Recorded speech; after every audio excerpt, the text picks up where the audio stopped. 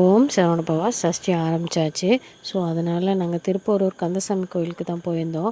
தெப்பக்குளத்தில் கால் நனைச்சிட்டு அப்படியே உள்ளே போய் மூளை வரையும் உச்ச வரையும் பார்க்கலான்னு போயிருந்தோம்.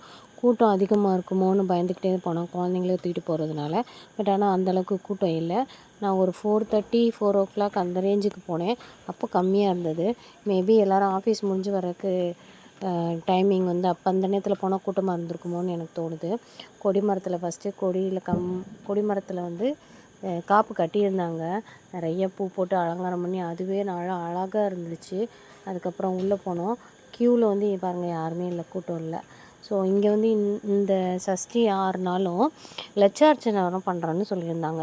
லட்சார்ச்சனை பண்ணுறவங்களுக்கு ரூ. 250 டிக்கெட் வாங்கி அவங்களுக்கு கொடுத்தோன்னா அவங்க குடும்ப பேர் சொல்லி நமக்கு லட்சார்ச்சனை பண்ணி தருவாங்கன்னு அந்த கோயிலில் சொன்னாங்க. நாங்கள் சரி இன்னும் ஒரு 5 நாள் இருக்குல்ல, அப்போ போய் பண்ணிக்கலான்ட்டு நாங்கள் நியர்பை கந்தசாமி கோயில் பக்கத்தில் தான் இருக்கோம்.